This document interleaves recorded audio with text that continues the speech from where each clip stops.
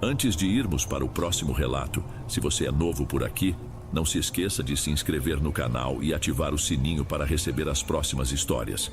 Sua presença é importante e seu apoio é essencial. Bem, vamos continuar.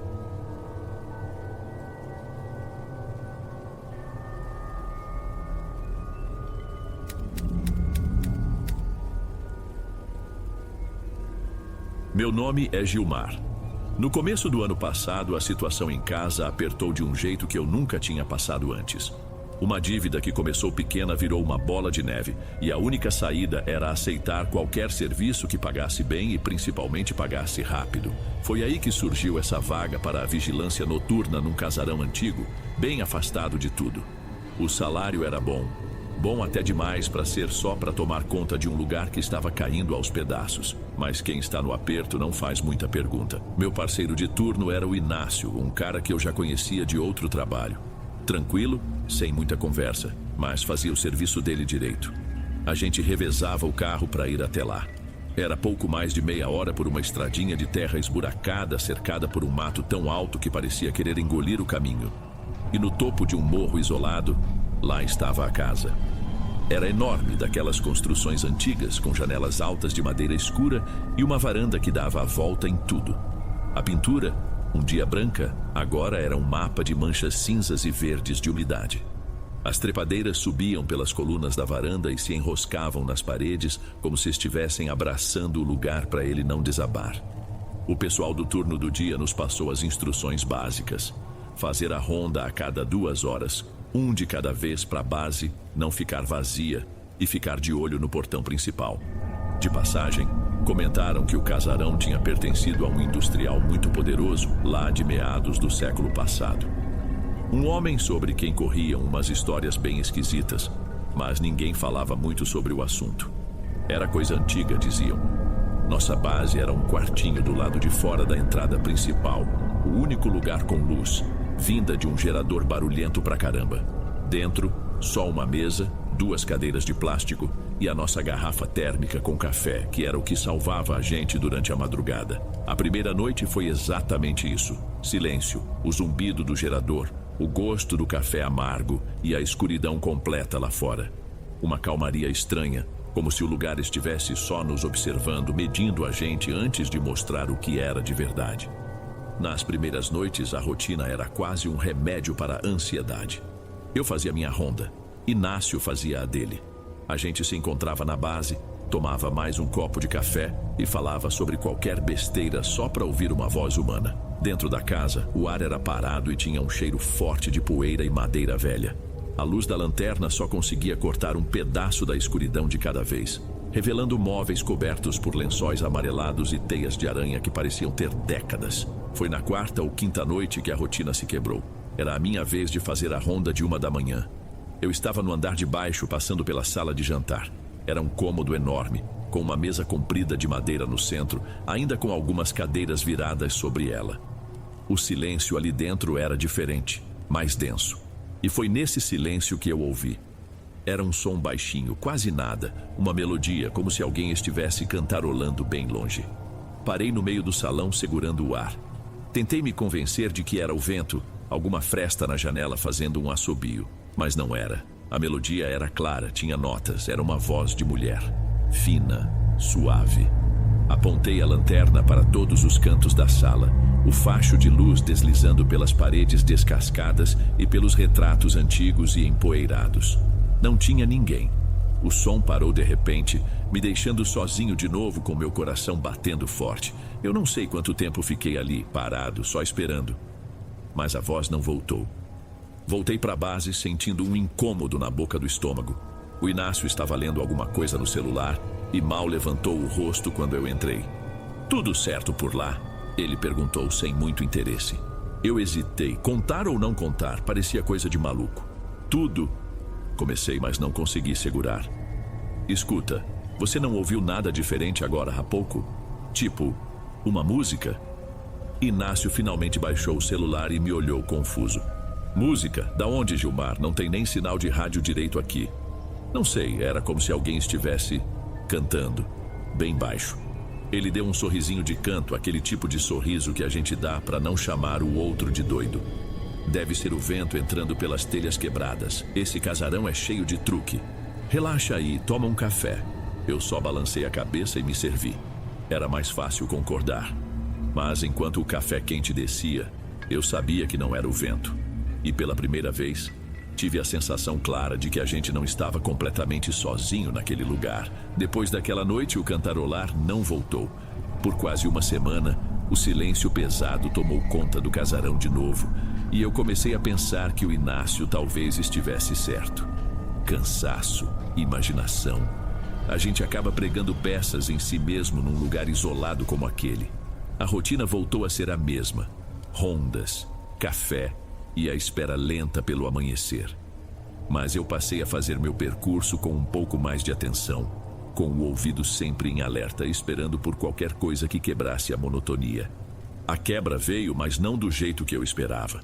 Foi numa noite sem lua, daquelas em que a escuridão parece sólida. Estávamos os dois na base, a porta aberta para circular um ar menos viciado. Inácio estava de pé, se espreguiçando perto da entrada, e eu estava sentado folheando uma revista velha que achei por lá. Foi ele quem viu primeiro.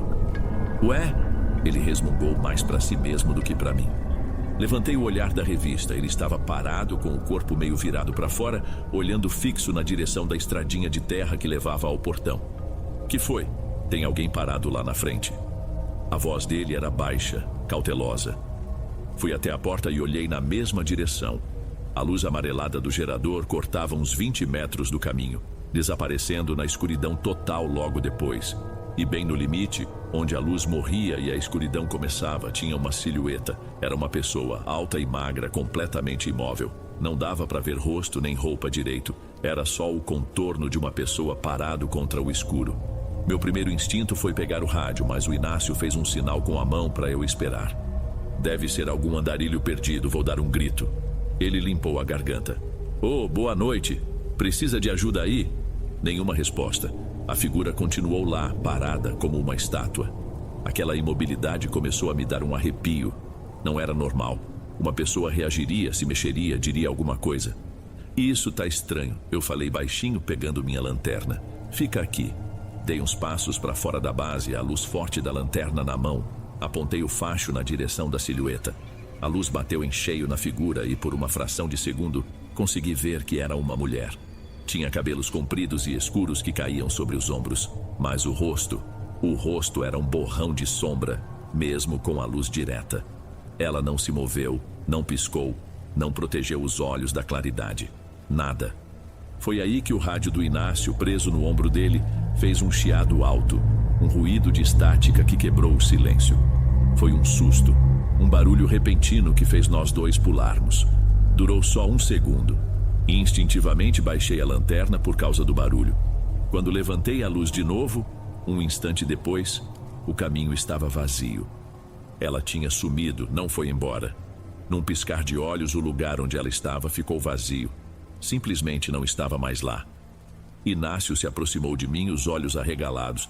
Você viu isso? Para onde ela foi? Eu não sei, respondi com a voz um pouco trêmula, ainda varrendo a escuridão com a lanterna. Ela sumiu. Ficamos ali os dois olhando para a estrada vazia por um bom tempo. Pela primeira vez, vi a certeza no rosto do Inácio de que aquilo não era o vento, nem a nossa imaginação. Tinha alguma coisa muito errada com aquele lugar, e a gente estava bem no meio dela. Aquela noite mudou tudo. A gente não falava mais de futebol ou de planos para o fim de semana. O silêncio entre nós era tenso, e a cada ronda a gente se olhava como se estivesse mandando o outro tomar cuidado. Inácio, que antes era todo relaxado, agora fazia o percurso dele rápido, voltando para a base quase ofegante. Ele parou de zombar da minha desconfiança. Agora, a gente estava no mesmo barco. Os barulhos dentro da casa começaram a ficar mais frequentes. Não era mais só um cantarolar perdido, eram coisas mais físicas. Uma porta que a gente tinha certeza de ter fechado aparecia entreaberta. Um rangido no assoalho do andar de cima, mesmo quando nós dois estávamos na base. Coisas pequenas que a gente tentava justificar, mas a soma delas estava deixando a gente no limite. O pior foi quando aconteceu comigo, umas 2 semanas depois do sumiço da mulher. Era minha ronda das 3 da manhã, a pior hora da madrugada. Eu estava subindo a escadaria principal, aquela que dava para um corredor comprido com uns 10 quartos. Estava na metade dos degraus quando ouvi passos lá em cima no corredor. Eram passos rápidos, apressados, como de alguém correndo de um lado para o outro. Minha primeira reação foi me agachar no degrau, tentando fazer o mínimo de barulho possível. Levei a mão ao rádio, o dedo no botão. "Inácio, tá me ouvindo?" Sussurrei. "Acho que tem alguém no segundo andar. Fica esperto aí na entrada." Não esperei a resposta. Os passos não paravam. Parecia que a pessoa estava correndo dentro do último quarto, no fim do corredor. Respirei fundo. Medo existe pra gente sentir, mas o trabalho a gente tem que fazer. Terminei de subir os degraus devagar e fui andando rente à parede, a lanterna firme na mão. Quanto mais eu me aproximava, mais claros ficavam os sons. Parecia uma criança correndo pra lá e pra cá, sem parar. Cheguei na porta do quarto, que estava só encostada. Com um empurrão, eu a abri de uma vez. O quarto estava completamente vazio e silencioso. O som parou no exato instante em que a porta se abriu. A luz da lanterna revelou só um armário antigo, uma cama sem colchão e muita poeira. Olhei debaixo da cama, dentro do armário. Nada. Avisei o Inácio pelo rádio que era alarme falso, mas era mentira, e minha voz quase não saiu. Quando comecei a voltar pelo corredor, uma sensação estranha tomou conta de mim. Um peso nos ombros, um formigamento na nuca. A sensação clara, absoluta de que tinha alguém atrás de mim, me observando. Eu sabia que se me virasse não veria nada, mas a presença era tão real que eu podia quase sentir a respiração de alguém no meu cangote. Não corri. Andei com os passos mais controlados que consegui. Desci a escada sem olhar para trás e só respirei aliviado quando vi a luz do gerador lá fora. Contei pro Inácio o que aconteceu. Ele só ouviu balançando a cabeça. "Gilmar, vamos fazer o seguinte", ele disse com a voz séria. "A gente faz a ronda só por fora e no térreo. Não sobe mais. Se a empresa perguntar, a gente diz que a escada não é segura. Não vale a pena arriscar por causa disso aqui, não." Mas eu sabia que não era sobre a escada ser segura ou não. Ele estava com medo. E para ser sincero, eu também estava.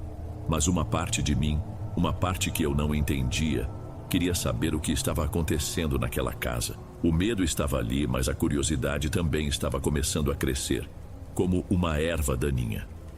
A gente seguiu o combinado do Inácio por um tempo. As rondas ficaram mais curtas, restritas ao pátio e ao andar de baixo. Ele parecia mais aliviado, mas para mim, ignorar o segundo andar só fazia o mistério crescer. O problema todo estava lá em cima e a gente estava ignorando. Eu comecei a prestar atenção em coisas que antes passavam batido.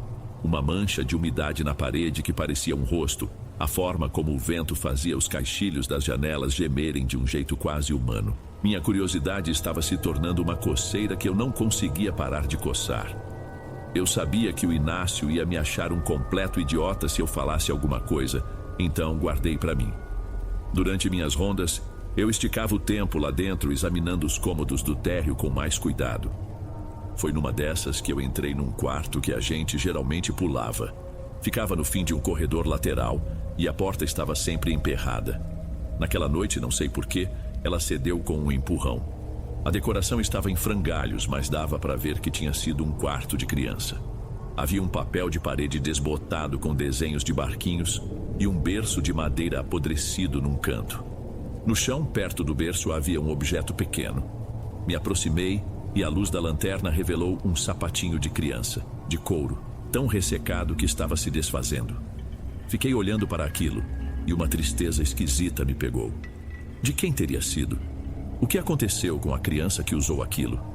Em cima de uma cômoda empoeirada vi um pedaço de jornal amarelado, dobrado várias vezes. Desdobrei com cuidado. Era uma nota antiga, de décadas atrás, falando sobre um incêndio numa ala de serviços da propriedade. A nota mencionava de passagem que a filha única do industrial, uma menina de 5 anos, havia desaparecido na mesma época e que sua esposa nunca mais fora vista em eventos públicos depois da tragédia. Foi então que eu notei a outra porta, ao lado de um armário embutido. Era uma porta mais simples, sem detalhes, pintada da mesma cor da parede, quase camuflada. Eu já tinha passado por ali dezenas de vezes e nunca tinha reparado nela. Fui até lá sem nem pensar direito. Toquei na maçaneta de metal gelada e enferrujada. Eu sabia que não devia. Uma parte de mim gritava para eu sair dali e voltar para a segurança da base. Mas a outra parte, a que tinha ouvido o cantarolar e visto a mulher na estrada, precisava de uma resposta. Girei a maçaneta, não estava trancada. A porta se abriu com um protesto baixo e longo. O cheiro era tão forte que me fez dar um passo para trás. Um fedor podre, úmido, de coisa estragada e de terra molhada há muito tempo. Era tão forte que me fez recuar, cobrindo o nariz com a manga da blusa. A ânsia de vômito foi imediata. A escuridão além da porta parecia mais densa, mais pesada. Era a entrada para um porão. Inácio nunca saberia disso. Era um segredo só meu. E mesmo com o corpo inteiro me dizendo para fechar aquela porta e esquecer, meus pés já estavam se movendo para dentro. A escada de madeira rangia a cada passo, um som alto e dolorido na escuridão. Parecia que ia ceder sob o meu peso a qualquer momento. O ar ficava mais frio e mais denso a cada degrau que eu descia. E o cheiro? O cheiro era de apodrecimento, uma mistura de mofo, carne estragada e alguma outra coisa que meu cérebro se recusava a identificar. Minha respiração era a única coisa que eu ouvia, curta e rápida. O facho da lanterna tremia na minha mão e a luz passava pelos degraus úmidos e escuros. Quando meus pés tocaram o chão de cimento frio, o som da minha bota ecoou de um jeito estranho. O silêncio aqui embaixo era diferente. Era um silêncio total, absoluto. O barulho do gerador, o som do vento lá fora, tudo tinha desaparecido. Era como estar dentro de uma caixa de concreto enterrada no fundo da terra. Senti um aperto no peito, uma vontade de sair correndo dali. Levantei a lanterna. Eu estava num corredor comprido e estreito. As paredes eram de pedra bruta, escorrendo umidade em vários pontos. E dos dois lados do corredor havia uma fileira de portas. Portas pequenas, baixas, de madeira grossa e escura, cada uma com uma pequena janelinha gradeada na altura dos olhos. Pareciam celas. Caminhei devagar, iluminando a primeira porta. Estava fechada com um ferrolho pesado e enferrujado. Apontei a luz para dentro da janelinha. A escuridão lá dentro era total, mas consegui ver arranhões na parte de dentro da madeira. Marcas de unhas desesperadas. Meu estômago se revirou. Todas as outras portas eram iguais. Quem construiria algo assim no porão de uma casa? As histórias sobre o antigo dono, o industrial, voltaram à minha mente com uma força brutal. Continuei andando pelo corredor, sentindo que o ar ficava mais pesado, mais difícil de respirar a cada passo. Era uma sensação horrível, como se a maldade que aconteceu ali tivesse impregnado o próprio oxigênio. Eu me sentia um invasor. Sentia que o lugar sabia que eu estava ali e não me queria por perto. Uma parte de mim, a parte sã, implorava para que eu desse meia volta e subisse correndo aquela escada. Mas uma parte de mim precisava entender, e isso me fez continuar. No final do corredor, a uns 20 metros de onde eu estava, havia outra estrutura. Apontei a lanterna naquela direção e a luz revelou um poço. Era feito das mesmas pedras escuras da parede, com uma boca larga e circular. Não tinha proteção nem tampa. Era só um buraco aberto no chão, um convite para a escuridão sem fim. Fiquei parado, a uma distância segura, olhando para aquele poço. Não era só a dor que emanava do buraco. Era como se o poço me chamasse, uma vontade estranha de chegar mais perto. Aquele era o coração doente da casa e ele queria que eu chegasse mais perto. Todo o sofrimento parecia concentrado ali. Foi o suficiente. Eu tinha visto demais. Tinha ido longe demais. Era hora de sair dali, correr e nunca mais olhar para trás. Eu me virei pronto para começar a caminhada de volta para a escada, com o coração batendo na garganta. E foi nesse exato momento, no silêncio absoluto daquele porão, que eu ouvi um som seco, ríspido, bem perto do meu ouvido. Alguém sussurrou meu nome. O som do meu nome, dito naquele lugar, fez meu corpo inteiro travar. Fiquei completamente imóvel, a lanterna apontada para a escada, meu único caminho de volta. O silêncio voltou, mas agora era diferente. Estava carregado de expectativa. Meu cérebro gritava, corra, mas minhas pernas não obedeciam. Então o lamento começou. Vinha do fundo do corredor, de perto do poço. No início era baixo, um gemido longo e cheio de dor, que fazia os pelos dos meus braços se levantarem. Tentei me convencer de que era o vento de novo, mas não havia vento ali embaixo. O som começou a crescer, a ganhar força. se transformando num choro angustiado que não parecia humano. Era um som quebrado, cheio de sofrimento. Não olhei para trás, não precisei. Forcei minhas pernas a se moverem, um passo depois outro, em direção à escada. E foi aí que ouvi as batidas. Não eram passos, era o som de algo pesado se arrastando e batendo no chão de cimento em um ritmo rápido, acelerado. E vinha na minha direção. Meu corpo reagiu antes que eu pudesse pensar. Comecei a correr. Corri tropeçando na escuridão parcial, o facho da lanterna balançando descontroladamente à minha frente. O lamento atrás de mim virou um grito agudo e as batidas no chão ficaram mais rápidas, mais próximas. Eu ouvia estalos, como de galhos secos se partindo a cada movimento da coisa. Era como se os ossos dela estivessem se quebrando e se arrumando a cada passada. Eu estava a poucos metros da escada quando o desespero bateu com tudo. Olhei para trás. Foi um erro. Um erro que vai me assombrar para sempre. Na escuridão do corredor, a coisa vinha na minha direção.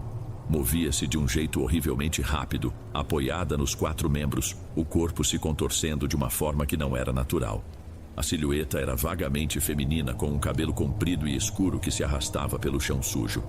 Mas quando a luz da minha lanterna passou pelo seu rosto, o que eu vi me fez gritar. A boca estava aberta, como se estivesse gritando sem som, mas era rasgada, grande demais para o rosto e cheia de dentes pontudos e sobrepostos. Os olhos eram apenas 2 buracos escuros, vazios. Soltei um grito que não parecia meu. A lanterna escorregou da minha mão suada, bateu no chão com um estalo seco de plástico partido e a luz morreu, me jogando numa escuridão quase total. A única luz vinha da porta aberta do porão, lá em cima. Subi os degraus de 3 em 3 em desespero, sentindo a presença da criatura logo atrás de mim. O som de suas garras ou unhas arranhando a madeira da escada era ensurdecedor. Passei pela porta do quarto de criança e me lancei no corredor do térreo sem direção. Eu só queria sair, ir para a luz, para longe daquele fedor e daquele som. Os móveis da casa eram obstáculos que eu mal desviava. O som da perseguição continuava, agora abafado pelo ambiente maior, mas as vibrações no assoalho me diziam que ela ainda estava ali, perto. Virei num corredor que eu não conhecia bem, buscando a saída principal. Minha mente estava em branco. Só o puro instinto de sobrevivência me guiava. Corri com toda a força que me restava. Minhas pernas ardiam, meu pulmão queimava. E de repente o chão subiu, não houve aviso. Num segundo eu estava correndo sobre o assoalho de madeira. No outro, havia um vazio sob meus pés. Senti meu corpo despencando por um instante que pareceu uma eternidade. Uma dor horrível na minha perna, um impacto surdo da minha cabeça contra alguma coisa. E depois nada, apenas o breu e a ausência total de som. Acordei com um cheiro que não pertencia às minhas memórias. Um cheiro limpo, de desinfetante. Uma luz branca e fraca feria meus olhos. Demorei um tempo para entender que eu estava numa cama de hospital. Minha perna esquerda estava imobilizada e pesava 1 tonelada. Uma dor surda pulsava da minha cabeça. Inácio estava sentado numa cadeira ao lado da cama, olhando para o chão. Ele não parecia o mesmo cara. Estava mais magro, com olheiras fundas. Quando percebeu que eu estava acordado, ele se ajeitou na cadeira, mas não sorriu. Ficamos em silêncio por 1 minuto. Eu queria perguntar, mas a garganta estava seca e as palavras não saíam. Ele pareceu entender. Você quebrou a perna em 2 lugares, ele disse com a voz baixa e cansada. E teve uma concussão. O médico disse que você teve sorte. Sorte. A palavra soou como uma piada. O que aconteceu? Consegui perguntar. Inácio respirou fundo, como se estivesse se preparando para algo difícil. Eu ouvi seus gritos, Dilmar. Eu nunca ouvi ninguém gritar daquele jeito. Parecia que você estava correndo por toda a casa, de um lado para o outro. Eu ouvia coisas quebrando, móveis caindo. Fiquei do lado de fora, sem saber o que fazer. Se eu entrasse, não sabia se ia ajudar ou piorar tudo. Ele fez uma pausa, passando a mão pelo rosto. Mas o mais estranho era que eu ouvia outra voz, além da sua. Um lamento, um choro de dor. Só que essa voz não se movia. Vinha sempre do mesmo lugar, de algum ponto lá de dentro da casa. Eu o encarei, esperando que ele dissesse que tinha visto a criatura. E de repente tudo ficou em silêncio. Ele continuou, evitando meu olhar. O silêncio foi o que mais me deu medo. Chamei no rádio, Gritei seu nome. Nada. Criei coragem e entrei. A casa estava toda revirada, mas não tinha ninguém. Foi aí que eu vi o buraco no chão do corredor. Você estava lá embaixo, desacordado. Você não viu? Minha voz era um fio. Você não viu que estava me seguindo? Inácio finalmente me olhou e no seu rosto havia uma mistura de pena e confusão. Não tinha ninguém lá, cara, ninguém. Eu rodei a casa inteira depois que a ambulância chegou. Não tinha sinal de outra pessoa, nenhuma pegada, nada. Só você. Comecei a chorar, um choro baixo de frustração e terror. Tentei explicar. Descrevi a criatura, os dentes, o jeito como ela corria, o lamento que saía daquela boca rasgada. Ele ouviu tudo, sem me interromper. Mas eu vi nos olhos dele. Ele não acreditava em mim. Ele achava que a casa tinha mexido com a minha cabeça, que eu tinha surtado e me machucado sozinho. Nunca mais voltei para aquele trabalho. A empresa de segurança me pagou o que era devido e encerrou o contrato de vigilância do casarão algumas semanas depois, sem dar explicações. Inácio e eu ainda nos falamos de vez em quando, mas nunca mais foi a mesma coisa. Aquele assunto ficou entre nós como um muro. A perna sarou, mas o que dói até hoje é lembrar do jeito que o Inácio me olhou, achando que eu tinha ficado louco. Às vezes, no meio da noite, eu ainda acordo com o som daquele lamento e com a imagem daqueles olhos vazios correndo na minha direção. Eu sei o que eu vi, mas o pior de tudo é ser o único no mundo que sabe.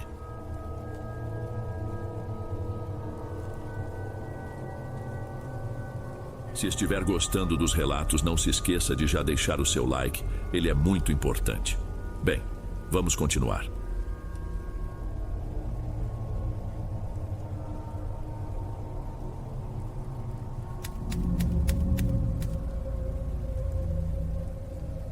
Até hoje, quando vejo um daqueles bonecos de pano em feira de artesanato, com os olhos de botão e o sorriso torto de linha, eu sinto uma coisa na boca do estômago. Não é medo. Não mais.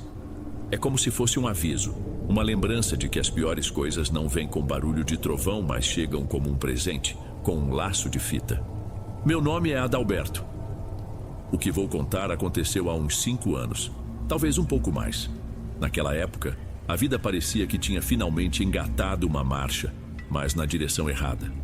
Eu e a Giovana namorávamos fazia quase 1 ano. A gente se conheceu num curso técnico que eu fazia para complementar a faculdade de administração. Um esforço que meus pais pagavam com dificuldade. Ela era quieta, observadora. E tinha um jeito que me passava uma calma que eu nem sabia que precisava. Tudo corria bem na medida do possível. A gente se via nos fins de semana. Às vezes eu ia até o bairro dela, noutras ela vinha para o meu. Mas aí veio a notícia. Numa tarde de domingo, sentados num banco de praça, ela me contou que estava grávida. Falou com a voz firme, mas eu vi a mão dela tremendo um pouco quando ajeitou o cabelo.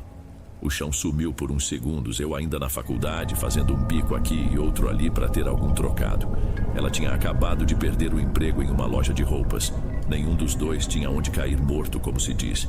Mas olhei para ela, para o pânico contido nos olhos dela, e a única coisa que consegui dizer foi que a gente ia dar um jeito. Juntos. Contar para os meus pais foi tenso. Minha mãe ficou em silêncio por um tempo que não acabava mais, só olhando para mim. Meu pai foi mais direto. Disse que se eu era homem para fazer, tinha que ser homem para assumir. A família dela então nem se fala. A mãe dela a colocou para fora de casa no mesmo dia. Sem ter para onde ir, a Giovana foi morar comigo no meu quarto na casa dos meus pais.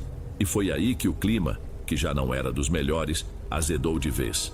Não havia brigas abertas, mas a pressão estava em tudo. No jeito que minha mãe pedia para ela não deixar a toalha molhada em cima da cama. No comentário do meu pai sobre a conta de luz que tinha vindo mais alta. A Giovana, com os enjoos e o mal-estar do começo da gravidez, se fechava cada vez mais. E eu, no meio daquele fogo cruzado, só pensava em arrumar um emprego de verdade. Um qualquer.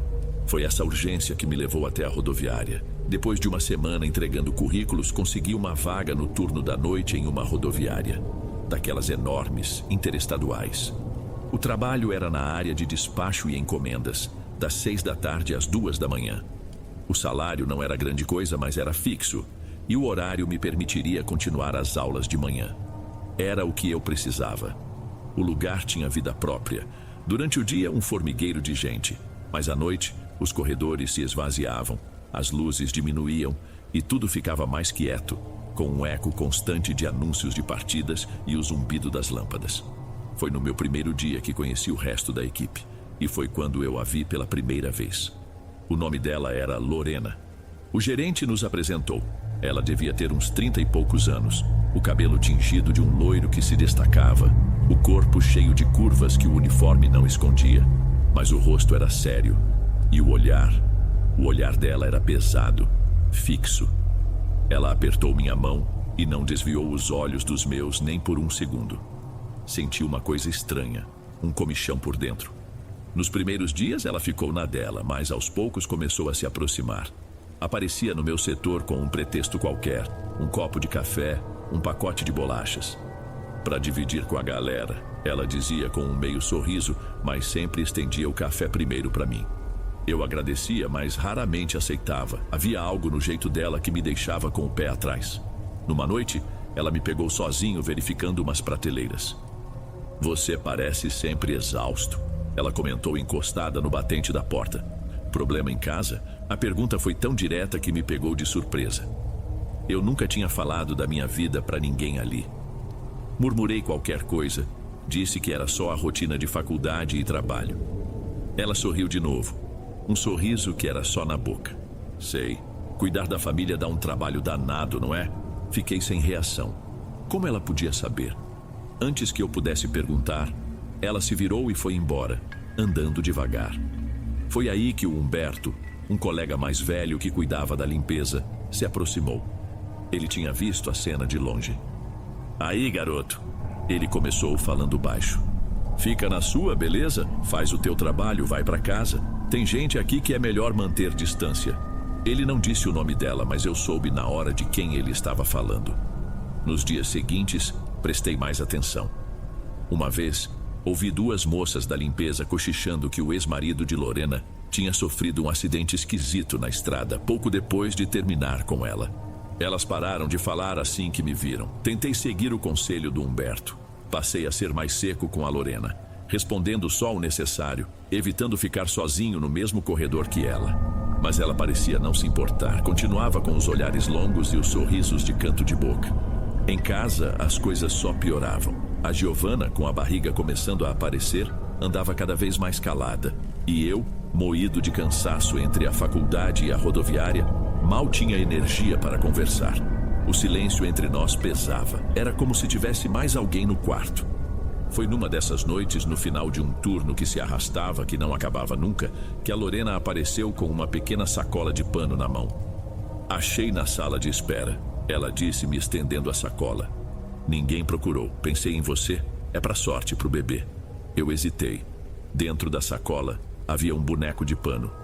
Tinha um aspecto rústico, artesanal, com um corpo meio desproporcional e olhos feitos de botões pretos e desiguais. Um sorriso de linha vermelha parecia costurado às pressas. Havia algo de estranho nele, mas recusei o presente. Que desculpa eu daria? Acabei pegando. "Ah, obrigado. Não precisava." "Imagina." Ela sorriu e, pela primeira vez, o sorriso pareceu de verdade, o que me deixou ainda mais desconfiado. "Leva para casa, deixa perto de onde vocês dormem, vai proteger a criança." Sem pensar muito, levei o boneco. Cheguei em casa de madrugada. Giovana já estava dormindo. Coloquei o boneco em cima da cômoda, de frente para a nossa cama, e me deitei. Naquela mesma noite eu sonhei. Não era um sonho comum. A imagem era nítida, quase real. Eu estava parado num corredor da rodoviária, um daqueles que iam para as plataformas de embarque, mas estava completamente vazio e silencioso. As luzes fluorescentes piscavam, falhando. Do fundo do corredor, eu via uma figura se aproximando. Era a Lorena. Ela andava devagar, flutuando mais do que caminhando. Seu rosto estava diferente, os traços mais angulosos, a boca se movendo sem emitir som. Eu sentia uma pressão no peito, uma vontade de correr, mas eu não conseguia me mexer. Ela continuava vindo na minha direção, o sorriso idêntico ao do boneco de pano, e eu só conseguia assistir, preso no lugar. Acordei com o coração martelando no peito, o corpo tenso. Olhei instintivamente para a cômoda. O boneco estava lá, parado, os olhos de botão parecendo me observar no escuro. Foi só um pesadelo, eu disse a mim mesmo. Apenas o cansaço falando mais alto. Mas no fundo, eu sabia que algo a mais tinha acontecido. Aquele sonho ruim ficou na minha cabeça o dia todo. Aquele foi só o começo. As noites seguintes trouxeram o mesmo sonho, mas cada vez com um detalhe pior. Na segunda noite, a Lorena do sonho estava mais perto. Perto o suficiente para eu ver que seus olhos não piscavam. Na terceira, ela abria a boca e um som baixo, um chiado que parecia um rádio fora de estação, saía de lá. Eu sempre acordava no exato momento em que ela ia me tocar. O corpo encharcado de suor, a respiração curta. O cansaço virou meu estado natural. Na faculdade, eu mal conseguia manter os olhos abertos. O professor falava de planilhas, de fluxo de caixa, e a voz dele parecia vir de muito longe. Eu olhava para o meu caderno e via meus próprios garranchos sem entender o que tinham significado no dia anterior. Comecei a perder prazos de trabalhos, a chegar atrasado. Minha mente estava sempre nublada, como se eu estivesse permanentemente de ressaca. Em casa, a coisa ficou feia de vez. Eu não tinha mais paciência para nada. Adalberto, você pode tirar o lixo, por favor? A Giovana pedia com a voz mansa. Não tá vendo que eu acabei de chegar? Eu respondia ríspido e me arrependia no mesmo instante em que as palavras saíam da minha boca. Por que eu disse aquilo? Não era o que eu queria. Mas era como se o pavio estivesse curto demais e qualquer coisinha acendia um fogo de irritação dentro de mim. Eu via a mágoa no rosto dela, o jeito que ela se encolhia, e isso só me fazia sentir pior. Eu tentava me desculpar, mas as palavras saíam tortas, sem força. Passei a evitar ficar em casa. Saía mais cedo para a rodoviária, inventava que precisava cobrir alguém. A verdade é que o silêncio pesado do meu quarto era tão ruim quanto as discussões.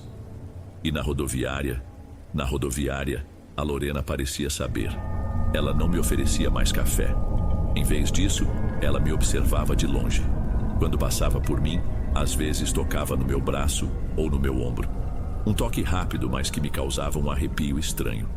Eu sentia repulsa, mas uma parte doentia de mim não se afastava. Ficava ali, parado, sentindo o calor da mão dela por um segundo, e depois me odiava por isso. Uma noite cheguei em casa e vi a Giovana chorando baixo na cozinha. Minha mãe estava ao lado dela, passando a mão nas costas. Nenhuma das duas me olhou quando entrei. Subi para o quarto. O boneco de pano continuava no mesmo lugar, na cômoda. Naquele momento, uma raiva subiu com tudo. A culpa era daquele objeto. Peguei o boneco, decidido a jogá-lo fora. Mas, assim que o segurei, uma tontura forte me atingiu. A raiva sumiu. E no lugar só ficou um cansaço que pesava o corpo todo, como se toda a minha energia tivesse sido drenada de uma vez. Coloquei o boneco de volta no lugar. Eu não conseguia me livrar dele. Eu não conseguia fazer nada. Parecia que eu estava assistindo outra pessoa fazer as coisas no meu lugar. Os dias que se seguiram foram um borrão de discussões e silêncios hostis. Qualquer coisa era motivo. Um copo fora do lugar, a porta do banheiro que eu esqueci aberta, o jeito que eu mastigava. Eu me sentia um animal acuado dentro da minha própria casa. A Giovana mal olhava na minha cara, e quando olhava, era com uma mistura de raiva e medo. Aquele medo me desmontava. Numa noite de sábado a coisa explodiu. A discussão começou por causa de um prato de comida que eu mal toquei. Você precisa se alimentar, Adalberto. Pensa nessa criança. Minha mãe falou, o tom de voz carregado de preocupação. Eu não tô com fome, respondi empurrando o prato. Nunca tá com fome, nunca tem paciência, nunca tá aqui de verdade. A Giovana explodiu, levantando da mesa. Eu não aguento mais isso. Eu não sei mais quem você é. Ela correu para o quarto, chorando. Eu fiquei ali, paralisado, ouvindo as palavras dela ecoarem na minha cabeça. Ela estava certa. Nem eu sabia mais quem eu era. Naquela noite, o sonho foi o pior de todos. A Lorena estava lá, o rosto dela se contorcendo, o sorriso se alargando até se tornar uma coisa grotesca. Ela se inclinou sobre mim, o cabelo loiro caindo sobre seu rosto, e sussurrou no meu ouvido. As palavras não eram em português. Era o mesmo chiado das outras noites, mas dessa vez eu entendi. Não com a mente, mas com um sentimento. Era uma ordem. Ela apontava para a barriga da Giovana, que dormia ao meu lado, e a ordem era clara. Aquilo que crescia ali era um problema. um obstáculo, e precisava ser removido. Acordei com um solavanco. O quarto estava mergulhado na penumbra, a única luz vinha da fresta da janela. Senti um frio estranho nas mãos, um frio de pedra. Demorei um segundo para focar a visão. A cama ao meu lado estava vazia. Um barulho baixo, um soluço contido me fez virar a cabeça. A Giovanna estava encolhida no canto mais distante do quarto, perto da porta. Ela abraçava os próprios joelhos, e o rosto dela, iluminado fracamente pela luz da rua, era uma cara de puro pavor. Giovanna? Chamei a voz rouca. O que foi? Ela se encolheu ainda mais quando eu falei. Fica aí. Ela sussurrou, a voz quebrada pelo choro. Não chega perto de mim. O que aconteceu? Eu não... Você... Ela soluçou. Você estava falando dormindo, falando o nome dela. E sua mão estava na minha barriga. Tão fria, Adalberto. Parecia a mão de um morto. Você apertou a minha barriga, com força. Eu olhei para as minhas próprias mãos, elas não pareciam minhas. Eu não me lembrava de nada, absolutamente nada. A última coisa na minha memória era o rosto da Lorena no sonho, me dando aquela ordem terrível. Senti um buraco se abrir no peito. Não era mais só um sonho. Estava acontecendo. Naquela manhã, a Giovanna fez uma mala pequena, em silêncio. Meus pais tentaram conversar, mas ela só balançava a cabeça, sem conseguir falar. Os olhos fixos em mim, cheios de um terror que eu nunca vou esquecer. Ela ligou para uma tia e 1 hora depois um carro parou na frente de casa. Ela saiu sem olhar para trás. E eu fiquei ali, na sala, assistindo a minha vida inteira ir embora pela porta da frente. Sem a Giovanna, a casa ficou oca. O quarto parecia enorme e vazio. O silêncio era uma acusação constante. Meus pais tentavam conversar comigo, me levaram em um médico, depois em outro. Os diagnósticos eram sempre os mesmos: estresse agudo, exaustão, talvez o começo de uma depressão. Me deram remédios para dormir, mas eles não funcionavam contra os sonhos. A Lorena continuava aparecendo toda noite, cada vez mais nítida, o olhar dela sempre vitorioso. Eu abandonei a faculdade. Não tinha mais cabeça para aquilo. Ia para o trabalho e cumpria meu turno no automático como um robô. Emagreci, minha pele ficou pálida e olheiras escuras se fixaram debaixo dos meus olhos. Eu era um fantasma. Na rodoviária, a Lorena não se aproximava mais, nem precisava. Ela apenas me olhava de longe com aquele meio sorriso de satisfação. E isso era o suficiente para revirar meu estômago. Eu estava no limite e o limite parecia cada vez mais longe. Foi quando meu tio Nelson, irmão da minha mãe que mora num sítio a umas boas horas da capital, apareceu em casa. Ele veio para a cidade resolver umas coisas e passou para nos ver. Assim que ele botou os olhos em mim, a expressão dele mudou. Enquanto minha mãe contava a ele com a voz embargada sobre os médicos e os remédios que não faziam efeito, ele só me observava, sério, balançando a cabeça devagar. Naquela noite ele chamou meu pai para conversar na cozinha. Eu estava no meu quarto, mas a porta estava entreaberta e eu conseguia ouvir. Isso não é doença de médico, não. A voz do meu tio era baixa e firme. Já vi um caso parecido com um rapaz lá perto de casa. A pessoa vai secando, perdendo a vontade, o juízo. Isso aí é coisa feita. Alguém botou um mal na vida do menino. Houve um longo silêncio. Meu pai, um homem cético que sempre acreditou em trabalho duro e nada mais, não respondeu de imediato. Nelson, não começa, não tô começando nada. Meu tio cortou. Vocês já tentaram de tudo, não foi? Levaram nos homens de branco e adiantou o quê? Tenho um conhecido meu, um homem sério, que entende dessas coisas. Mora lá para minhas bandas. Não vai custar nada levar o Adalberto para conversar com ele. Pior do que tá, não fica. Meus pais, desesperados, acabaram concordando. No dia seguinte, meu tio entrou no meu quarto. Eu estava deitado, olhando para o teto. Levanta, rapaz, vamos dar uma volta. Eu não discuti, não tinha forças nem para isso. Apenas levantei, vesti a primeira roupa que vi pela frente e o segui. A esperança era uma coisa que eu nem lembrava mais o que era, mas pela primeira vez em meses, algo diferente da apatia se moveu dentro de mim. A viagem foi longa. Rodamos umas 2 horas por uma rodovia movimentada até meu tio pegar uma saída para uma estradinha de asfalto remendado, que logo se tornou um caminho de terra vermelha e esburacada. O lugar onde seu Raimundo morava era uma casa simples, de tijolo à vista, com um quintal de terra batida e umas galinhas ciscando perto de um pé de manga. Não havia nada de assustador ou misterioso ali. Era apenas um lugar quieto. Seu Raimundo era um homem de uns 60 e poucos anos, magro, de pele queimada de sol e mãos grandes e calosas. Ele nos recebeu na porta vestindo uma camisa de botão simples e uma calça de brim. Seus olhos, no entanto, eram incrivelmente atentos.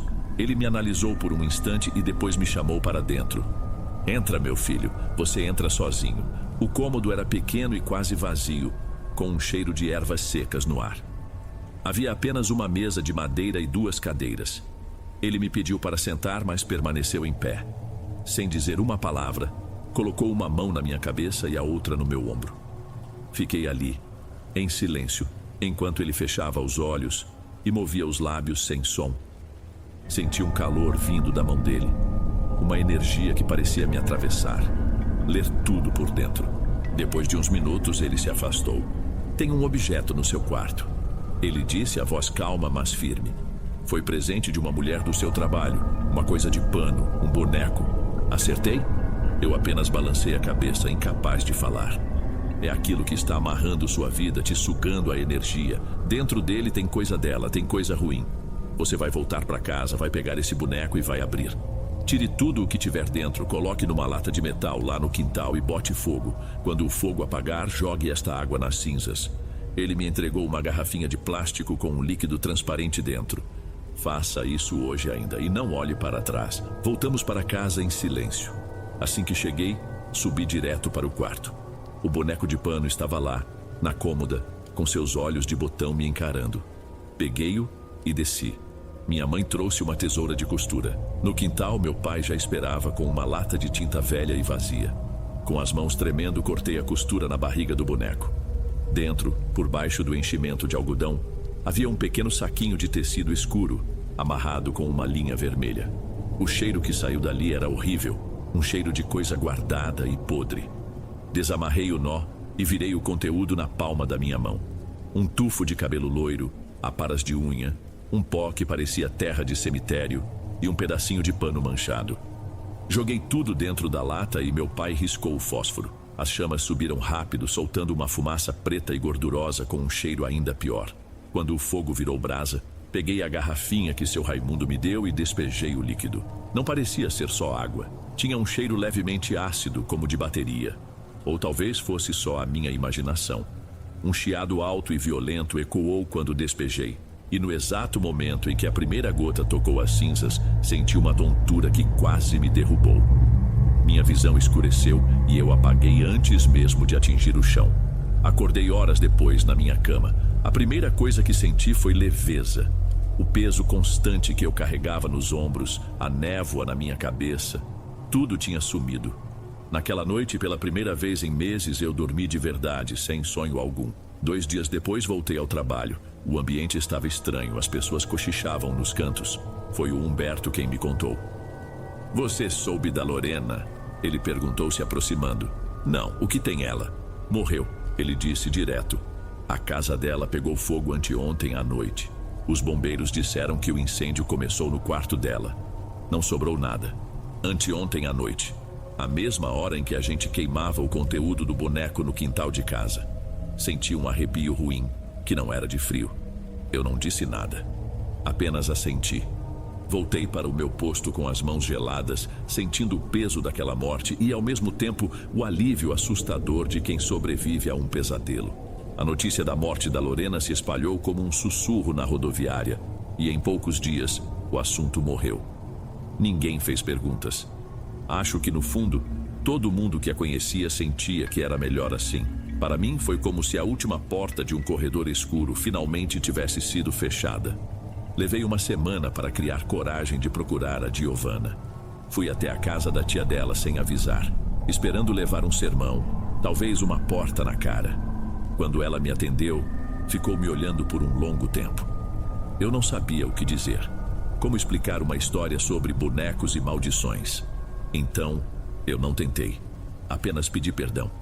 Falei que aquele não era eu, que eu não sabia o que tinha acontecido comigo, mas que tinha acabado, que eu a amava. Acho que ela viu a mudança nos meus olhos, viu que o peso, a sombra não estava mais lá. Ela não disse que me perdoava, mas me deixou entrar. Pouco mais de um mês depois, nossa filha nasceu. Saudável, pequena, mas forte. Fiquei no hospital com elas o tempo todo. Aos poucos a gente foi se ajeitando. Com a ajuda dos meus pais e o que eu tinha economizado, alugamos uma kitnet simples num bairro vizinho. Era apertado, mas era nosso. A vida começou a voltar para os eixos, um dia de cada vez. Entre o choro da bebê, as trocas de fralda e as poucas horas de sono. Eu voltei para a faculdade. A Giovana começou a fazer uns trabalhos de costura em casa. A paz era uma coisa frágil, que a gente tratava com o maior cuidado do mundo, com medo de quebrar. Os meses se passaram. O terror daquelas semanas na rodoviária começou a parecer um pesadelo distante. Uma história ruim que aconteceu com outra pessoa. A gente quase não tocava no assunto. Até uma tarde, uns 4 ou 5 meses depois do nascimento da nossa filha. A Giovana tinha saído para ir ao mercado e eu estava arrumando a bolsa da bebê para uma consulta no postinho. Enquanto procurava a carteirinha de vacinação, notei uma coisa estranha no zíper do bolsinho da frente. Era um fio de cabelo, um único fio, longo e tingido de um loiro inconfundível. Mas ele não estava apenas preso ali. Estava cuidadosamente trançado, amarrado com um nó minúsculo e perfeito na argola de metal do zíper. E naquela hora, eu travei. Por um instante, jurei ter sentido de novo aquele cheiro de fumaça preta e coisa podre, bem ali, no nosso quarto.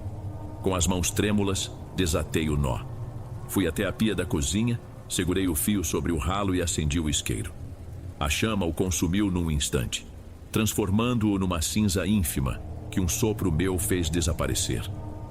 Nunca contei isso para a Giovana. Ela recuperou a paz dela, o sorriso tranquilo.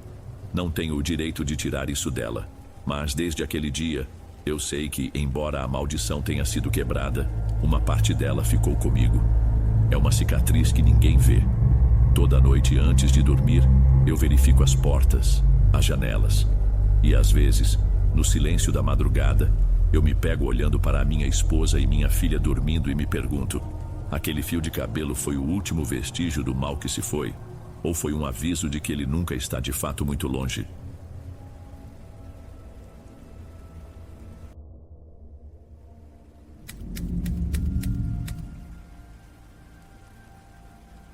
Tem gente que não entende como alguém consegue passar a vida inteira dentro de uma cabine de caminhão. Para mim, por muito tempo, foi o lugar mais seguro do mundo. Mais seguro que qualquer casa. O barulho constante do motor, o asfalto correndo debaixo de você. Tudo isso cria uma espécie de barreira contra o resto das coisas, contra as lembranças que a gente prefere não ter. Boa noite, Dom. Meu nome é Walter, e a estrada foi uma escolha. Isso aconteceu faz uns 2 anos, mais ou menos. Eu estava fazendo um frete que conhecia como a palma da minha mão, descendo uma serra que à noite vira um breu só. É um caminho chato, cheio de curvas fechadas e com uma neblina que aparece do nada. Mas eu gostava. Era só eu, meu rádio baixo e os pensamentos. Naquela noite, por volta das 11, a normalidade acabou. Os faróis piscaram. Uma vez, 2. Depois, apagaram por um segundo inteiro. Um segundo, na escuridão completa de uma serra, é o que basta para você morrer. Eu senti o estômago revirar um pouco, mas mantive a calma. Dei um tapa no painel, um hábito idiota. As luzes voltaram. Pensei que pudesse ser um mau contato qualquer, coisa boba. Mas aconteceu de novo, e de novo. A cada curva mais fechada, tudo apagava por um instante. Uma coisa é você ter um pneu furado, você encosta e resolve. Outra, bem diferente, é ficar cego no meio do nada, com toneladas de carga te empurrando serra abaixo. Não dava para arriscar. Lembrei de um lugar a uns 10, talvez 15 quilômetros dali. Um antigo posto de gasolina desativado há anos. O pessoal chamava de Posto Morto. Tinha um pátio de cimento rachado, grande o bastante para manobrar. Nunca parei ali. Nunca precisei. Mas naquela noite parecia a única coisa certa a fazer. Era isso ou rezar para os faróis não me deixarem na mão de vez no meio de um precipício. Decidi que dormiria por lá e resolveria a pane com a luz do dia. Foi a decisão mais lógica que tomei. E o maior erro da minha vida. Chegar no posto morto foi um alívio. Manobrei o caminhão no pátio de frente para a pista, como é de costume. O silêncio que fica quando o motor de um bruto desses morre é diferente de qualquer outro. É um silêncio pesado que chega a zumbir no ouvido.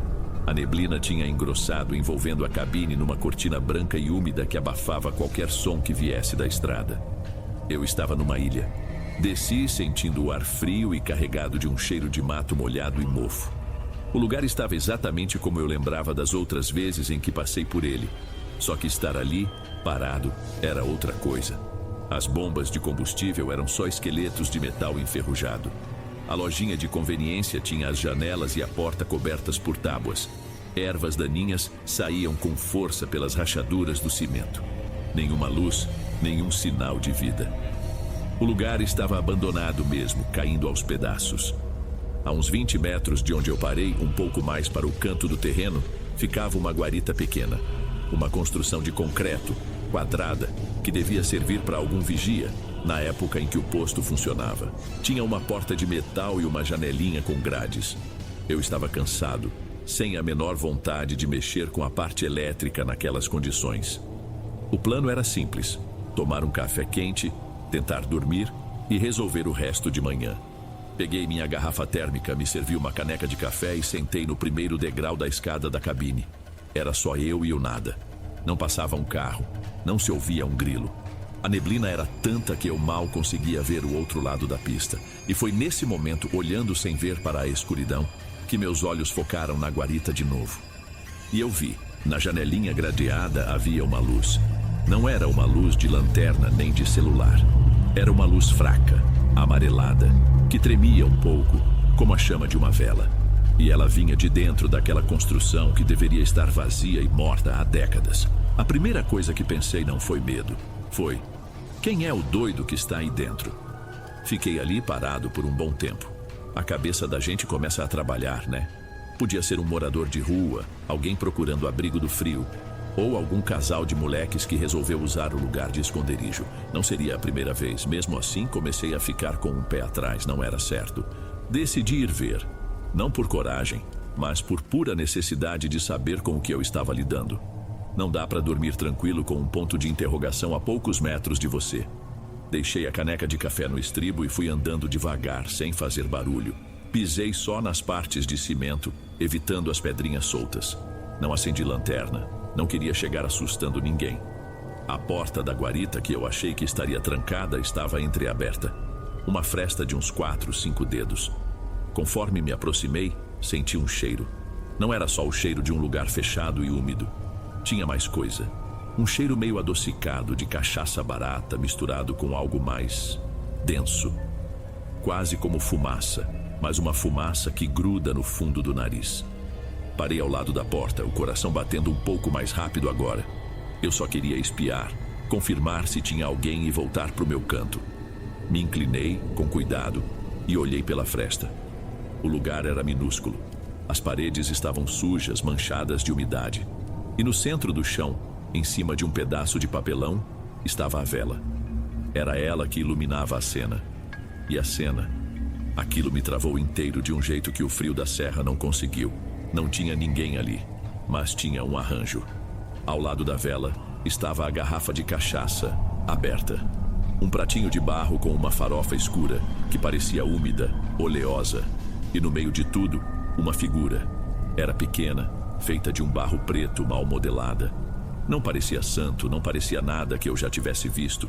Era um boneco meio humano, mas com os braços compridos demais. A cabeça grande demais para o corpo e sem rosto. Apenas 2 furinhos no lugar dos olhos. Ao lado do boneco, a pior parte. Uma mecha de cabelo bem escuro, amarrada com uma linha vermelha, estava pousada sobre um pedaço de pano manchado. Eu me afastei da porta num pulo só, sem querer. Um passo para trás, 2. Aquilo não era um andarilho se abrigando. Não era molecada fazendo bagunça. Era outra coisa.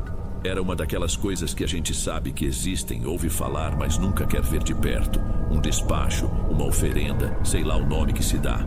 Mas era algo intencional, algo que estava em andamento. E eu, como um idiota, fui lá bisbilhotar. Não pensei em mais nada, dei meia volta e andei rápido de volta para o caminhão. O único pensamento na minha cabeça era trancar aquela porta, ficar dentro do meu espaço, do meu mundo. O cheiro da guarita parecia ter vindo junto comigo. Bati a porta e o som ecoou no pátio vazio. Girei a trava. O clique da trava foi a melhor coisa que eu ouvi naquele momento. Pronto, eu estava trancado, seguro dentro da minha caixa de metal. Minha casa. Era isso que eu repetia para mim mesmo, tentando acalmar a respiração que saía com dificuldade. Não é da sua conta, Walter. Esquece isso. Dorme. Mas como dormir? Meus olhos ficavam grudados no para-brisa, mas era inútil. A neblina tinha fechado de um jeito que o mundo do lado de fora não existia mais. Era como estar no fundo do oceano. Uma parede branca e leitosa pressionando o vidro. Se a guarita ainda estava com a vela acesa, se tinha explodido, se o mundo estivesse acabando ali fora, eu não saberia. A única luz era a do painel do caminhão, fraca, esverdeada. Apaguei tudo, mergulhei na escuridão total. Queria me fundir com a noite, virar parte do caminhão invisível. Fiquei ali sentado, duro, tentando não pensar no boneco de barro, na mecha de cabelo. Foi quando eu ouvi. No começo era um som baixo, quase imperceptível. Pensei que fosse o sangue pulsando nos meus ouvidos. Mas não, vinha de fora. Um som de arrastar. Como alguém andando e arrastando um pé no chão de cimento e cascalho. Lento e ritmado, num ritmo esquisito, doentio. Arrastava, parava. Arrastava, parava. O som começou do lado direito, perto do tanque de combustível. E começou a se mover. Devagar. Ele veio pela frente do caminhão, passando por um ponto cego, onde eu não veria nada mesmo que não houvesse neblina. Ouvi o som mudar, ficando mais abafado na terra ao lado do pátio, e depois voltando para o cimento do meu lado, do lado do motorista. A coisa, o que quer que fosse, estava dando voltas, rodeando o caminhão. Meu corpo inteiro ficou tenso, eu não me mexia, não respirava. Cada músculo do meu corpo estava contraído, esperando. O que aquilo queria? Estava me estudando. Sabia que eu estava ali? As perguntas vinham sem resposta. Então o som parou, bem do meu lado. O silêncio que se seguiu foi 1000 vezes pior que os passos. Um silêncio de quem está esperando alguma coisa acontecer. Eu tinha certeza, não me pergunta como, mas eu sabia que tinha algo parado ali, a menos de 1 metro de mim, do outro lado daquela porta de metal. E veio a batida. Não foi um soco, não foi um tranco. Foram 3 toques na porta, leves, mas nítidos, como se alguém batesse com a ponta de um dedo ou com a unha. Um som pequeno, quase educado. 1, 2, 3, fiquei imóvel. O ar que eu tinha prendido nos pulmões parecia ter virado pedra. Fechei os olhos com força. Não gritei. Não procurei por nada para me defender. Meu instinto não era de lutar, era de desaparecer. Se eu não me mexesse, se não fizesse um som sequer, talvez aquilo fosse embora. Talvez pensasse que a cabine estava vazia. Era uma esperança de criança, eu sei. Mas era a única que eu tinha. Eu não sei quanto tempo fiquei ali, encolhido no escuro. 1 hora, 2, a noite inteira. Não houve mais nenhum som. Mas o silêncio estava cheio da lembrança daquelas 3 batidas. Quando a primeira claridade cinzenta começou a manchar a neblina, foi como se eu pudesse respirar de novo. Não esperei o sol nascer de verdade. Assim que consegui distinguir o contorno da estrada, girei a chave na ignição. O motor pegou de primeira, um som que nunca me pareceu tão bom. As luzes acenderam. Nem quis saber se o problema tinha se resolvido sozinho ou se ia voltar em 1 quilômetro. Eu só precisava sair dali. Mas antes de engatar a primeira, uma teimosia, uma necessidade burra de olhar de novo para a guarita. A porta de metal estava fechada, completamente fechada. Eu tinha certeza de que a tinha visto entreaberta. Fiquei uns segundos em dúvida. Uma parte de mim gritava para acelerar e sumir. A outra precisava saber. Saber se eu não tinha sonhado tudo. Desci do caminhão, o coração na mão. Fui até a guarita e empurrei a porta. Ela abriu sem fazer barulho. Olhei para dentro. Estava vazia. O chão de cimento sujo. As paredes manchadas. Não havia vela, não havia garrafa. Não havia o prato de barro nem o boneco. Nada. Apenas um pequeno círculo de cinzas escuras no chão, exatamente onde o arranjo estava. E o cheiro. Aquele cheiro adocicado ainda estava lá, mas agora misturado com um fedor fraco de cabelo queimado. Voltei para o caminhão sem olhar para trás e pisei fundo. Uns 40 minutos depois, já fora da serra, avistei uma daquelas paradas bem simples, só uma lanchonete pequena e uma borracharia. Havia outro caminhão estacionado. Eu precisava ver gente. Precisava de um café que não fosse o da minha garrafa térmica. Parei e desci. O outro motorista era um homem mais velho, de uns 50 e poucos anos, cara de quem já tinha visto de tudo. Pedi um café e me sentei perto dele. Ficamos em silêncio por um tempo, até que ele comentou da neblina. Foi a deixa que eu precisava. Sem jeito, comecei a contar o que tinha acontecido, esperando que ele me achasse louco. Ele me ouviu com atenção, sem dizer uma palavra. Quando terminei, ele ficou me olhando por um instante. A figura que você viu, ele começou a voz baixa, era um troço pequeno de barro escuro, meio torto. Eu só consegui balançar a cabeça confirmando. Ele suspirou, um suspiro cansado. Pois é, parceiro, aquele posto morto, ali tem história. Antigamente dizem que um federal usava aquela guarita para fazer uns trabalhos, uns acordos com gente de um lugar aí para cima, coisa que o diabo duvida. Ele tomou um gole de café antes de continuar. Um dia o homem sumiu. Simplesmente desapareceu. Mas o que ele mexia, ficou. O pacto que ele fez ficou sem dono. A coisa ficou lá, esperando. Tem muito colega que já viu luz, ouviu barulho. Dizem que ela fica testando quem para. Vendo se acha outro cliente. Ele me encarou sério. Você deu foi sorte. Sorte de não ter tocado em nada e principalmente de não ter respondido quando ela bateu. Aquilo não era um convite, era uma proposta de emprego. Eu terminei aquele frete no automático. Entreguei a carga, peguei o pagamento, voltei para casa. Tentei não pensar mais no assunto. Guardei a história do posto morto e o aviso daquele motorista num canto escuro da cabeça como uma daquelas lendas de estrada que todo mundo conta, mas ninguém acredita de verdade. A gente sempre acha que com a gente é diferente. Em casa, na minha rotina, com minhas paredes em volta, eu me sentia seguro de novo. O mal, eu pensava, tinha ficado lá atrás, naquela serra coberta de névoa. Que idiota eu fui. Passou uma semana. A vida estava normal. Eu já estava quase me convencendo de que a falta de sono e o estresse da pane elétrica tinham me pregado uma peça. Até que, numa noite de terça-feira, aconteceu. Eu moro numa casa simples de um andar só, num bairro tranquilo. Já estava deitado, quase pegando no sono, quando ouvi um som na janela do meu quarto. 3 toques, leves, exatamente como na porta do caminhão. Levantei num pulo. O coração disparou, mas era mais pela raiva do que pelo medo. Pensei que era algum moleque fazendo graça. Fui lá fora, acendi a luz da varanda, rodeei a casa. Nada, ninguém. Não tinha uma folha fora do lugar no pequeno jardim. A janela do meu quarto dá para os fundos. Não tem árvore perto, nem nada em que alguém pudesse se apoiar. Para estar ali, a pessoa teria que estar de pé, no meu quintal. Me convenci de que foi o vento, um bicho, qualquer coisa. A gente se agarra a qualquer explicação, por mais esfarrapada que seja.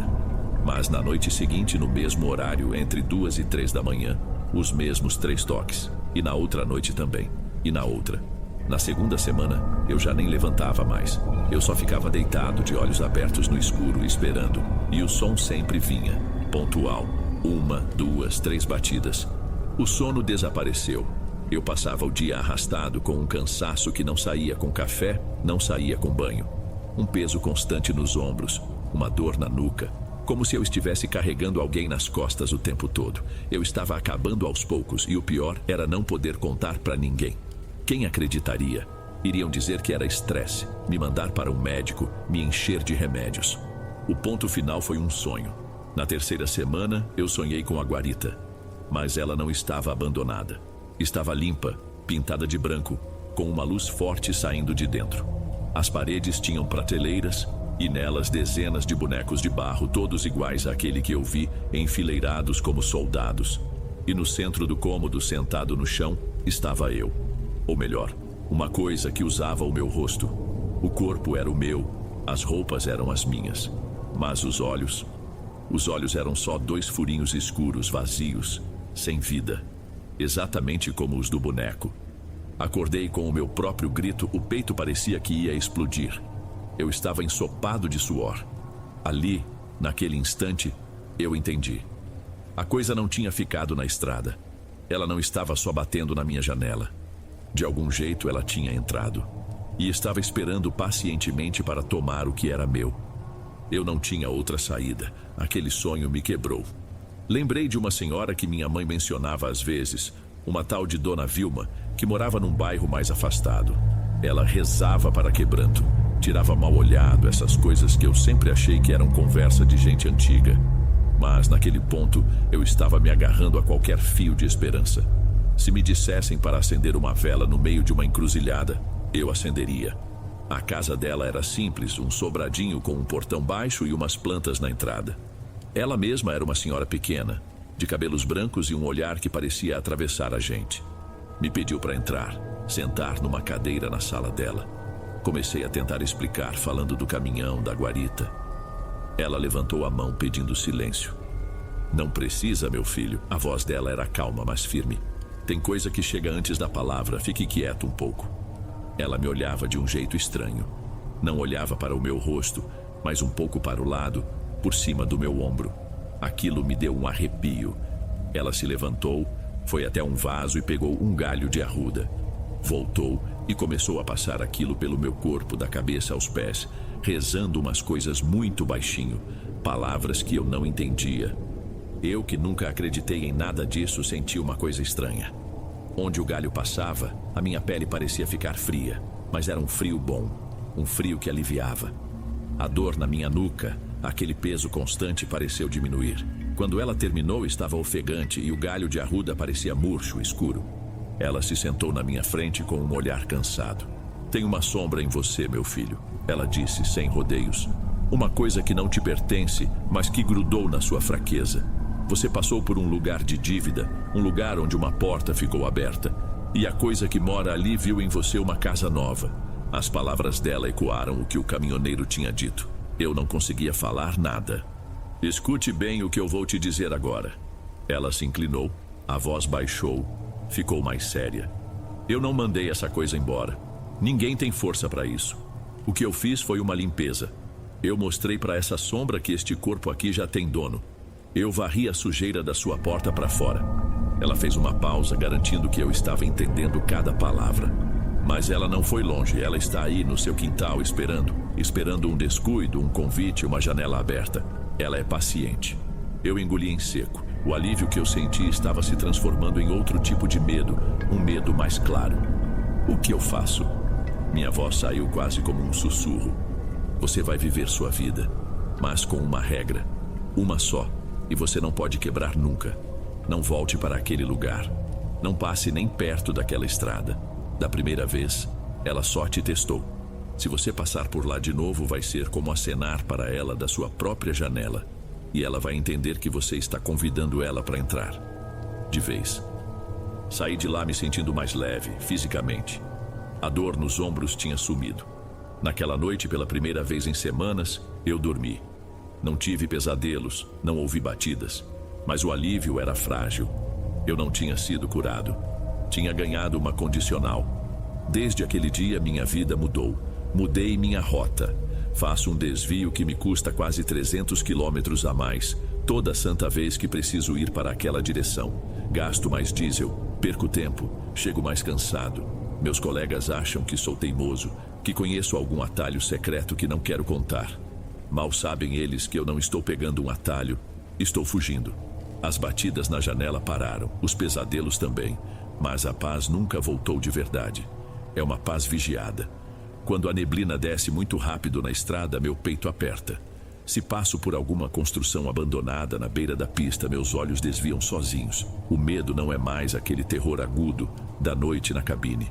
Ele virou outra coisa, um zumbido baixo e constante no fundo da minha mente. A certeza de que a coisa não me esqueceu. Eu estava terminando de relatar isso aqui e agora quando uma última dúvida me corroeu. Precisava de uma prova final, talvez para me convencer de que não enlouqueci de vez. Fui até meu caminhão que está parado na garagem desde ontem. Não passo por estradas de terra há meses. A última limpeza que fiz nele foi completa. Abri a porta da cabine. O ar estava parado. Me agachei e levantei o tapete de borracha do lado do motorista. O mesmo lugar onde eu ficava sentado naquela noite, encolhido de medo. E estava lá, um montinho de terra. Uma terra escura, úmida, que não existe em nenhum lugar perto da minha casa ou das rotas que eu faço. Uma terra preta, de mato fechado, de serra. Eu não sei como ela veio parar ali, não sei o que a coisa quer ou quanto tempo mais ela vai esperar. A limpeza de Dona Vilma, a distância, os desvios, nada disso importa. Eu entendi a verdade agora. Eu posso até não passar mais pela estrada dela, mas de algum jeito ela continua passando pela minha. E de vez em quando, ela gosta de deixar um lembrete, só para eu não esquecer que eu nunca mais vou dirigir sozinho.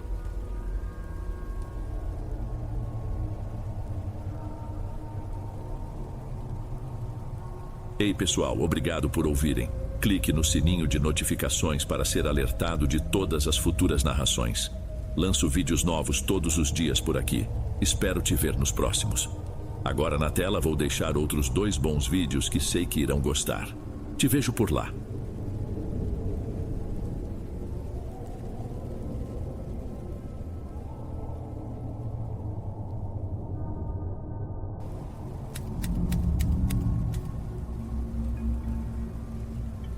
Meu nome é Kleber. Isso que vou contar aconteceu faz uns 3 anos, quando trabalhei em uma clínica odontológica que funcionava em um sobrado antigo, num daqueles bairros residenciais cheios de ladeiras e árvores nas calçadas. Era um daqueles casarões que por fora parecem estreitos, mas que se esticam para os fundos. Piso de taco que estalava, um cheiro permanente de produto de limpeza misturado com café passado. O básico. Minha função era de assistente administrativo. Cuidava da agenda, dos pagamentos, atendia o telefone. Um trabalho tranquilo, e eu precisava dele. Precisava muito. Minha mãe tinha começado um tratamento de saúde caro, então eu não estava em posição de escolher. A clínica tinha 3 consultórios que ficavam num corredor comprido depois da recepção. O 1 e o 2 viviam ocupados. Agora, o consultório 3. Esse era outra história. Ele era todo montado igual aos outros, com aquela cadeira que parece uma poltrona de nave espacial, os equipamentos tudo limpinho, mas ele nunca era usado. Nunca. Se um paciente perguntava, a desculpa variava. Está aguardando manutenção, a doutora Rita dizia. Ou então, vamos reformar em breve. Mas era mentira. Eu mesmo fazia a limpeza básica dele todo dia, e estava tudo em ordem, pronto para o uso. Só que ninguém entrava ali, a não ser eu. Havia algo naquele cômodo, uma quietude que parecia mais pesada que a do resto da casa. E tinha a janela. Era uma janela grande de madeira que dava para uma área de serviço nos fundos. Tinha 2 travas de metal, daquelas que você precisa girar com um pouco de força para fechar direito. E não importava o que eu fizesse, todo santo dia quando eu chegava de manhã, a encontrava entreaberta, não escancarada, só uma fresta, como se alguém tivesse aberto só um pouco para espiar. No começo eu achava que era esquecimento de alguém. Comentei com a doutora Rita e ela só deu de ombros. Ah, Kleber, deve ser o vento, ou então a Janice abriu para ventilar e esqueceu de fechar. Não esquenta com isso. Mas o jeito que ela falou, desviando o olhar, tive quase certeza de que ela sabia que não era o vento, nem a doutora Janice. Era só mais uma coisa sobre o consultório 3 que todo mundo ali tinha decidido, em silêncio, não falar a respeito. A coisa da janela começou a virar uma pequena obsessão. Eu chegava, passava pela recepção, dava bom dia para quem já estivesse por lá e ia direto para o corredor. E lá estava, a fresta. Eu fechava, girava as 2 travas com força, conferindo se estavam bem firmes. No dia seguinte, a mesma coisa. Comecei a pensar que estavam fazendo aquilo de propósito, alguma brincadeira sem graça. Mas não fazia sentido. Dr. Rita era séria demais para isso, e a outra dentista, a doutora Janice, era sempre tão focada no trabalho que eu mal a via fora do consultório dela. Foi com a doutora Janice que eu decidi falar. Ela era mais nova, tinha chegado na clínica fazia menos de 1 ano. Pensei que com ela, a conversa seria diferente. Esperei um momento em que ela foi buscar um café e a doutora Rita estava ocupada com um paciente. Fui até lá, meio sem jeito. Doutora, posso te perguntar uma coisa? Claro, Kleber. O que foi? Ela disse, parando com a xícara na mão. É sobre o consultório 3. Comecei, tentando parecer casual. É que a janela de lá vive aparecendo aberta. A senhora tem entrado lá para alguma coisa?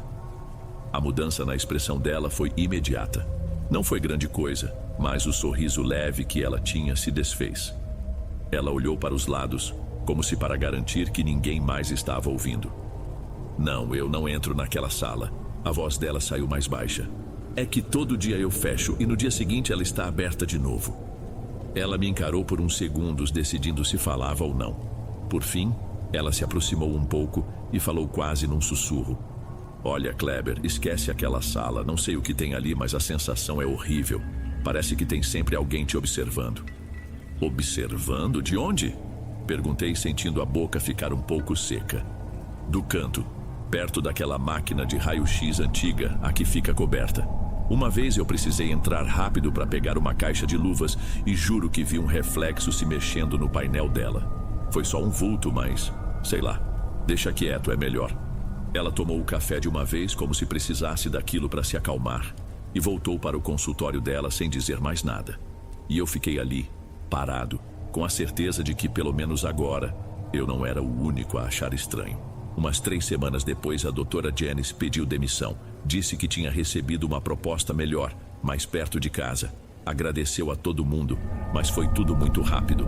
Numa sexta-feira ela se despediu e na segunda já não veio mais.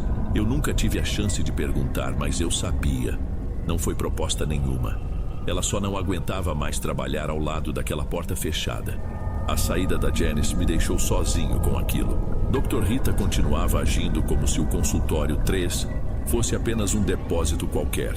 E a nova dentista que a substituiu era tão focada em se adaptar que mal olhava para os lados. A responsabilidade de notar a estranheza daquele corredor tinha virado exclusividade minha. E o pior é que a janela continuava se abrindo. Toda manhã, a mesma fresta de sempre. Aquilo começou a mexer comigo de um jeito diferente. Já não era só um incômodo ou um desafio. Era uma questão de sanidade. Eu precisava saber se não estava ficando maluco. Então bolei um plano. Simples, quase infantil, mas era o que eu tinha.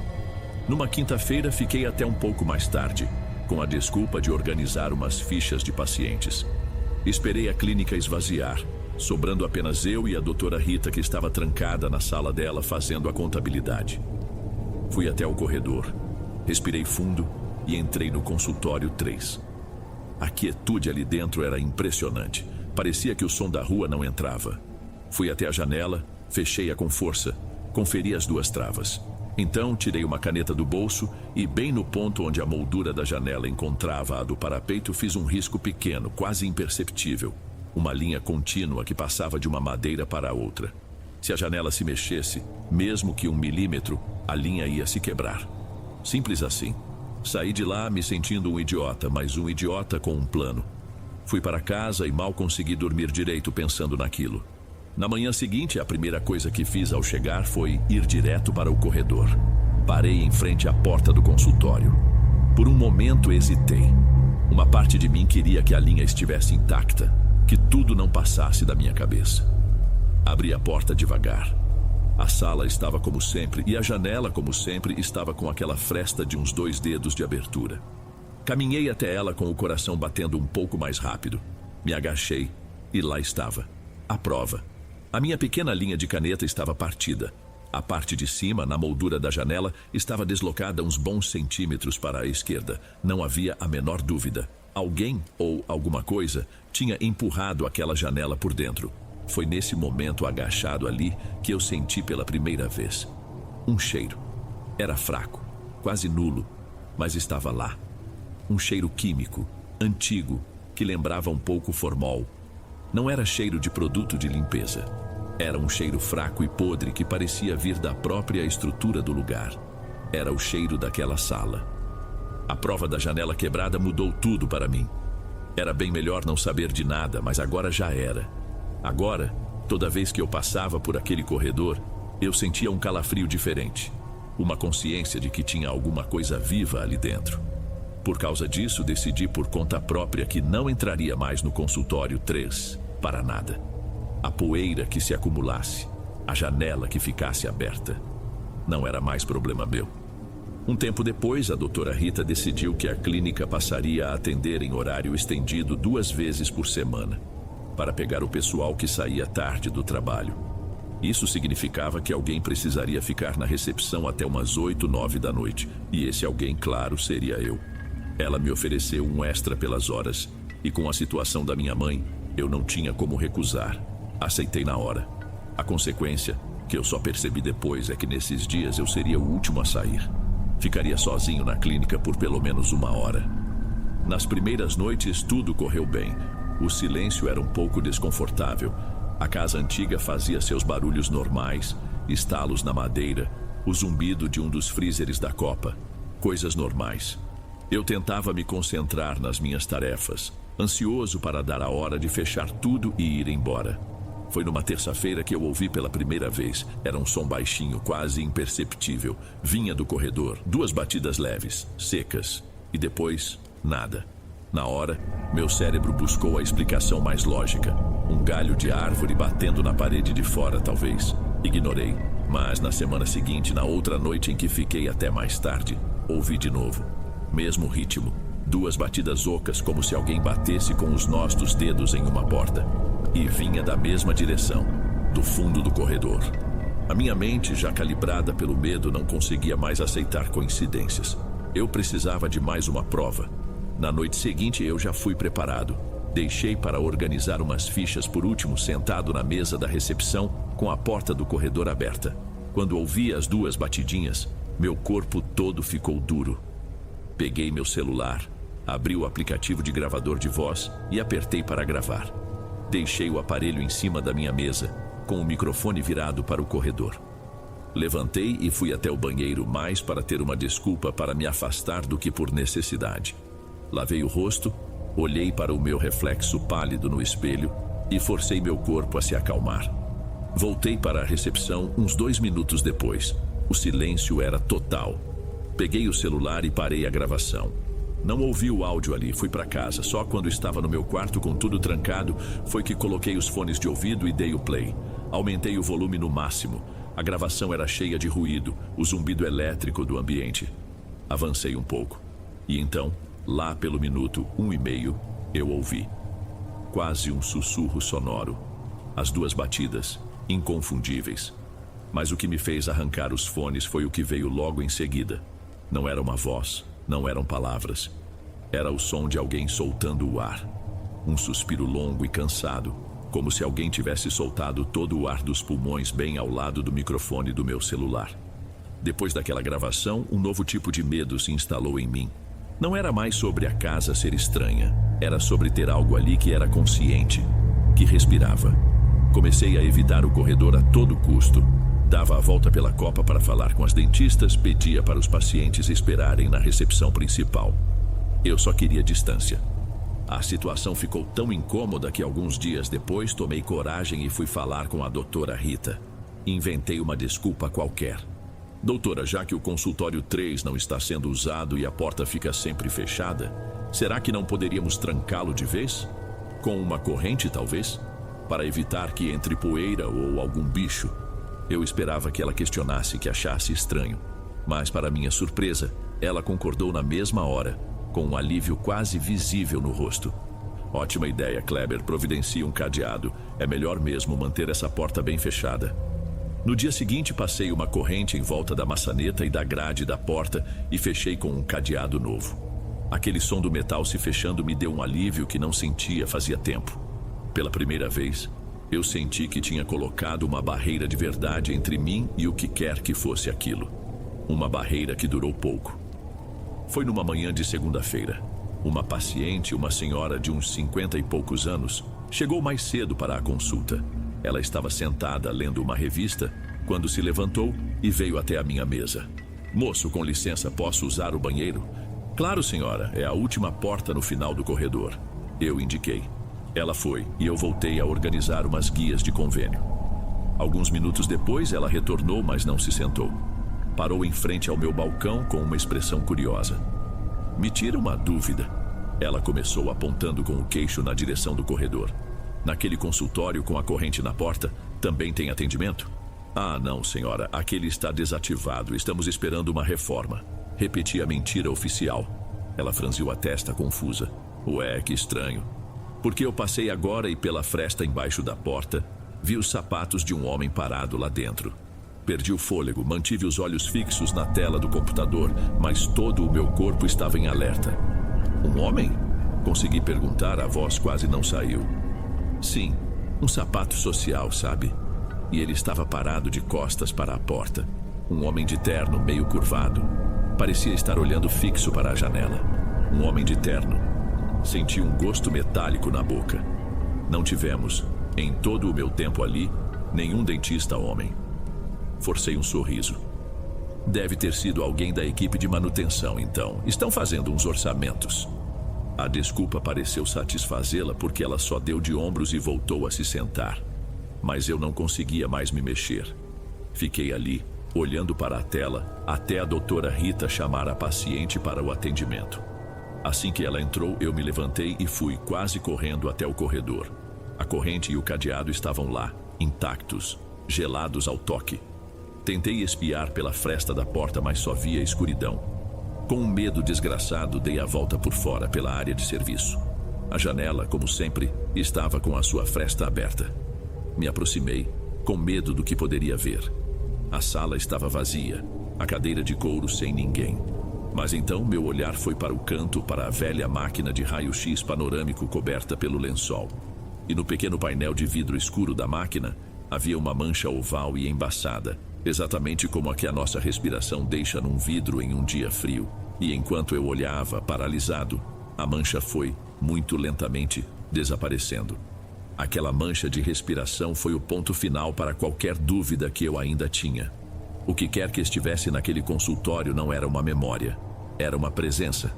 E de alguma forma, ela estava presa ali, olhando pela janela, esperando, respirando no vidro. Eu passei a trabalhar em estado de alerta permanente. Qualquer barulho no corredor me fazia enrijecer. Eu tentava me manter o mais ocupado possível na recepção, evitando ao máximo ter que ir para os fundos da clínica. O dinheiro extra que eu ganhava para ficar até mais tarde já não parecia mais valer a pena. O meu sono, que nunca foi dos melhores, piorou de vez. Eu deitava na cama e a imagem daquela sala vazia, com a cadeira no centro, vinha na minha mente. Aquele silêncio pesado, aquele cheiro químico sutil. Eu rolava de um lado para o outro, sentindo uma angústia que não parecia minha. E então, numa noite, eu sonhei. Não foi um pesadelo com monstros ou perseguições. Foi muito mais quieto e 1000 vezes pior. No sonho, eu estava sentado na cadeira do consultório 3. Eu não me via. A perspectiva era a dos meus próprios olhos. A única luz vinha daquela lâmpada redonda e forte que os dentistas usam, apontada diretamente para o meu rosto, me deixando quase cego para o resto da sala, que estava quase no escuro. Eu sentia o couro gelado da cadeira nas minhas costas, sentia um gosto amargo na boca e uma dor surda, profunda, no meu maxilar. E aquele cheiro químico de formol parecia vir dos meus próprios poros, e sentia, acima de tudo, uma tristeza enorme, pesada, que era como se eu estivesse me afogando nela. Não era a minha tristeza pela doença da minha mãe, era outra coisa, uma dor antiga, sem nome, um sentimento de perda absoluta. No sonho eu tentava me levantar da cadeira, mas meu corpo não obedecia. Era um esforço imenso, como lutar contra uma força que me prendia ali. Meus olhos se fixaram na janela. Eu queria, com todas as minhas forças, chegar até ela, abrir. Eu precisava de ar. Sentia uma necessidade desesperada de respirar um ar que não fosse o daquela sala. Mas eu não conseguia me mover. Virei a cabeça com dificuldade na direção do canto escuro, onde ficava a máquina de raio-x. Tentei ver meu reflexo no painel de vidro. Eu via a silhueta de um homem sentado, um vulto de terno. Mas o rosto era um borrão, uma mancha escura sem traços, sem olhos, sem boca. E a certeza que me atingiu foi a de que aquele não era eu. Acordei de repente com o rosto molhado. Eu estava chorando. Não um choro silencioso, mas soluços altos, compulsivos, que sacudiam meu corpo todo. Sentei na cama, no escuro do meu quarto, e continuei chorando sem saber o porquê. Era um choro oco que vinha de um lugar dentro de mim que eu não conhecia. A tristeza do sonho continuou comigo depois que acordei, e mesmo depois que o choro passou, a sensação ficou. Um vazio, uma melancolia fria que se instalou no meu peito e que eu sabia não me pertencia. Ir trabalhar depois daquele sonho foi uma das coisas mais difíceis que eu já fiz. A tristeza continuava ali, um peso no peito. Eu me sentia um impostor dentro do meu próprio corpo, carregando um luto que não era meu. Eu olhava para os pacientes na recepção, rindo de alguma coisa no celular ou reclamando do trânsito, e a vida deles me parecia algo de outro planeta. A minha realidade tinha sido contaminada por aquela sala. Eu só queria cumprir minhas horas e fugir dali. O dia estava se arrastando, lento e pesado. Lá pelas 3 da tarde, chegou um paciente para a doutora Rita, um senhor muito simpático chamado Seu Estevão. Ele veio com a neta, uma garotinha de uns 6, 7 anos, chamada Gabriela. Enquanto o avô lia uma revista, a menina ficou sentada num cantinho bem quieta, com um caderno de desenho. Em algum momento eu me distraí com o telefone tocando. Quando levantei a vista de novo, a menina não estava mais na cadeira. Olhei em volta com aquele alarme instantâneo que a gente sente quando uma criança some de vista. E então eu a vi. Ela estava parada no meio do corredor de costas para mim, olhando fixamente para a porta do consultório 3. Meu primeiro instinto foi ir buscá-la. Me levantei devagar, sem querer assustá-la. Gabriela, chamei baixo. Não pode ficar aí, querida. Vem pra cá com o vovô.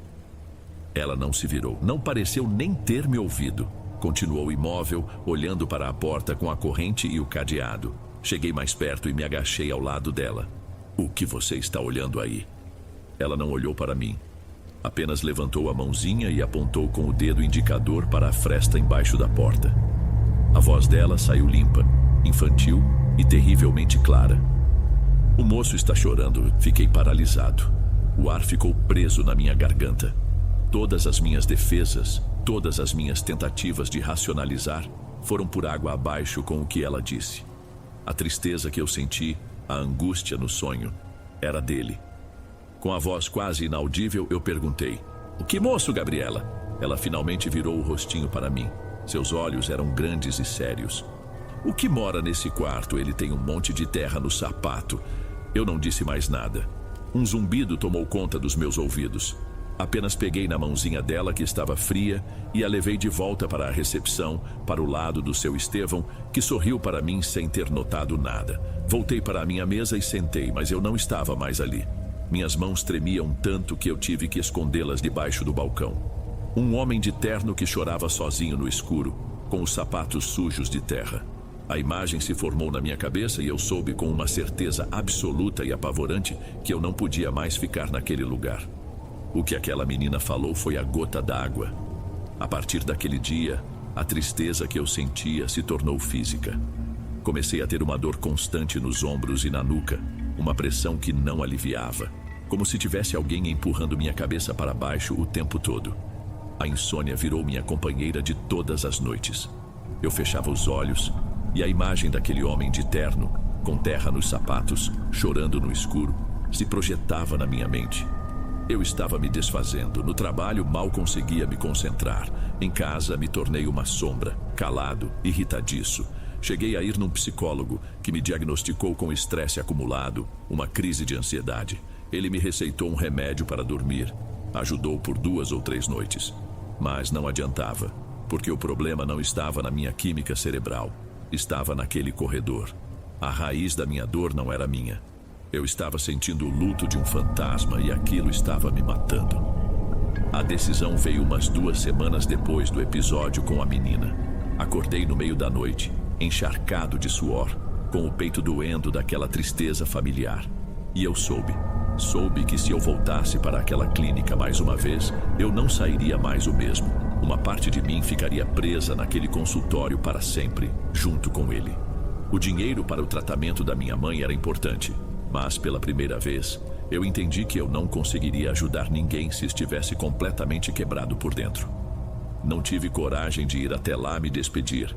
Naquela mesma manhã, mandei uma mensagem para a doutora Rita, dizendo que, por motivos de saúde, eu não poderia mais continuar. Pedi desculpas pelo aviso em cima da hora e desliguei o celular. Ela não me respondeu e eu nunca mais a procurei para saber. Às vezes, acho que no fundo ela entendeu. Hoje, como eu disse, já faz uns 3 anos. Tenho outro emprego, um escritório normal, barulhento. Minha mãe está bem. A dor nos meus ombros sumiu e eu voltei a dormir a noite toda. Uma única vez, meses depois de sair, a curiosidade me venceu. Pesquisei o histórico daquele endereço e descobri que na década de 70, Um dentista que trabalhava ali se suicidou no consultório dos fundos. A nota de despedida mencionava dívidas e a perda de um terreno da família. A mesma terra que, imagino eu, sujava seus sapatos. Aquilo me marcou de uma forma definitiva. Às vezes, muito raramente, quando a casa está em silêncio e a noite está muito quieta, eu sinto um pouco daquela tristeza de novo. Uma pontada daquela dor. É só uma lembrança, eu sei. Mas é o bastante para me fazer lembrar do homem que chora no escuro e da parte da sua dor que, mesmo depois de tanto tempo, eu ainda carrego comigo.